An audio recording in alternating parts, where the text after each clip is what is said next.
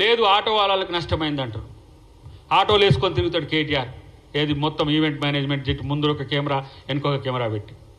మీ party పాలసీనా చెప్పండి, ఒక నిర్ణయం తీసుకోండి.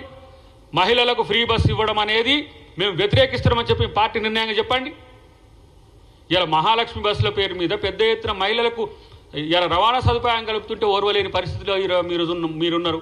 మేము ఉద్యోగాలు ఇస్తే ఒకడు అంటాడు, అరే మేము తయారు చేసినవి మేము నోటిఫికేషన్స్ ఇచ్చి మేము చేయబోయినవి వీళ్ళు ఇచ్చారని అంటారు.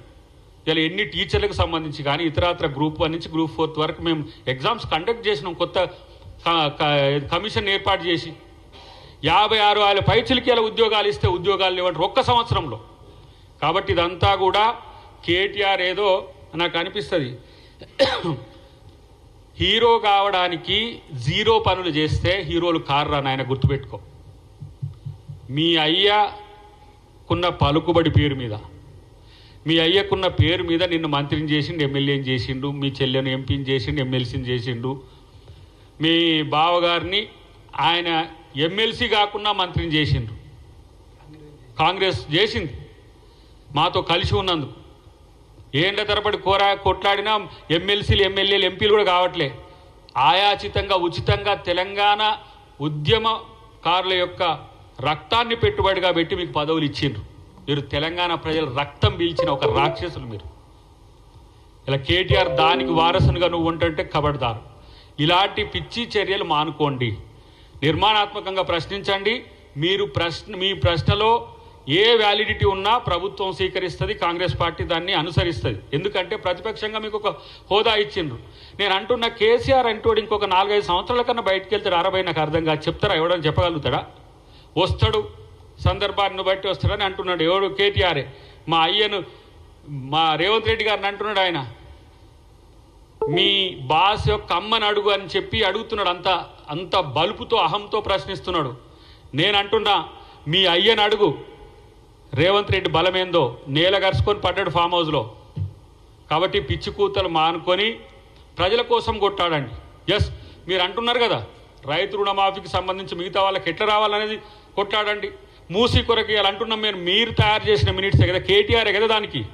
కేటీఆరే 6 మీటింగ్లు పెట్టింది. ఆ సారాంశమే ఈరోజు పూర్తిగా మేము దాన్ని రిజనోవేట్ చేయడానికి తీసుకున్న చర్యలు.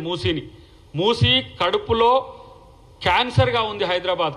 దాన్ని కడిగేందుకు ముఖ్యమంత్రి గారు ఇలా ఒక చర్యలు తీసుకుంటుంటే కూలగొడుతుంటారని అంటాడు. మూసీ మీద ఒక్కటి కూడా ఈరోజు రాలే. కానీ నేను ఒక్కటి చెప్తున్నా, ఇప్పుడు పోచారం శ్రీనివాసరెడ్డి ఫామ్ హౌస్లో జరుగుతున్న ఈ అక్రమాలకు నువ్వే కారకును అని మేము ఆరోపిస్తున్నాం.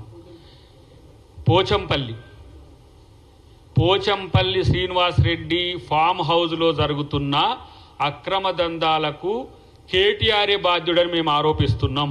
ఇది కాదని నిరూపించుకో. నీ యొక్క అండ లేకపోతే ఇంత స్థాయిలో 2 సంవత్సరాల నుంచి గోవా లేదు, నేపాల్ లేదు, శ్రీలంక లేదు, థాయిలాండ్ లేదు, ఎక్కడ లేదు. అందరూ హైదరాబాద్లోనే నీ ఫ్రెండ్ ఫామ్ హౌస్లోని ఇలాంటి అక్రమాలు చేసిన నువ్వు శిక్షార్హునివి. ప్రభుత్వం దీని మీద పూర్తి ఎంక్వైరీ చేసి తగు చర్యలు తీసుకోవాల్సిందిగా మేము ప్రభుత్వానికి విజ్ఞప్తి చేస్తున్నాం.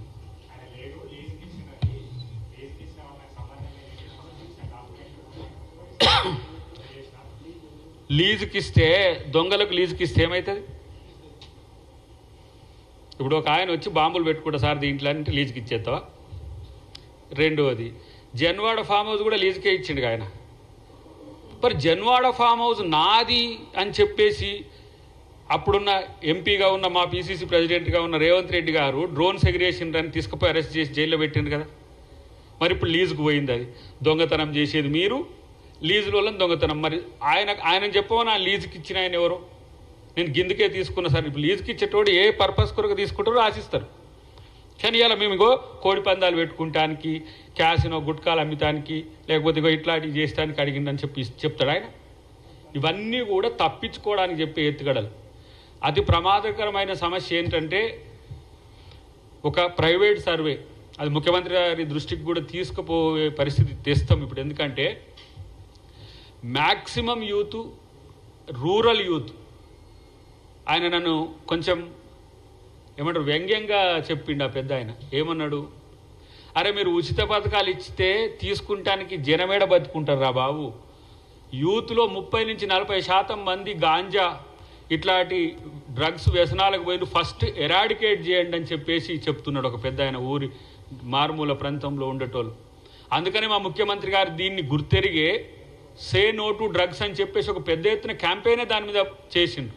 అట్లాంటి వారికి మీ ప్రతిపక్ష నాయకులు చేయండి రా బాబు. ఇప్పుడు ఆ ప్రభాస్ చేస్తున్నాడు, కొంతమంది మిగతా సినిమా లేకపోతే ఇతర సెలబ్రిటీస్ చేస్తున్నారు. అట్లాంటి చేసేది లేదు. పొద్దుగాలు లేస్తే ముఖ్యమంత్రి చేసే పనులను విమర్శించడం తప్పితే మరొకటి కాదు. ఇది పక్కా మాకున్న సమాచారం వరకైతే ఆయన పోచారం శ్రీనివాసరెడ్డి గారిది అనేది మనకు పోచారం శ్రీనివాసరెడ్డి గారి, పోచంపల్లి శ్రీనివాసరెడ్డి గారిది అని అసలు ఆయన గుర్తే లేడు. కానీ మా దందాలు మాత్రం మస్తు దీంతో కలిసి కేటీఆర్తో కలిసి చేసిన మాత్రం గుర్తున్నది. కాబట్టి దీని మీద తగు చర్యలు తీసుకోవాలని చెప్పేసి అయితే మేము విజ్ఞప్తి చేస్తాం.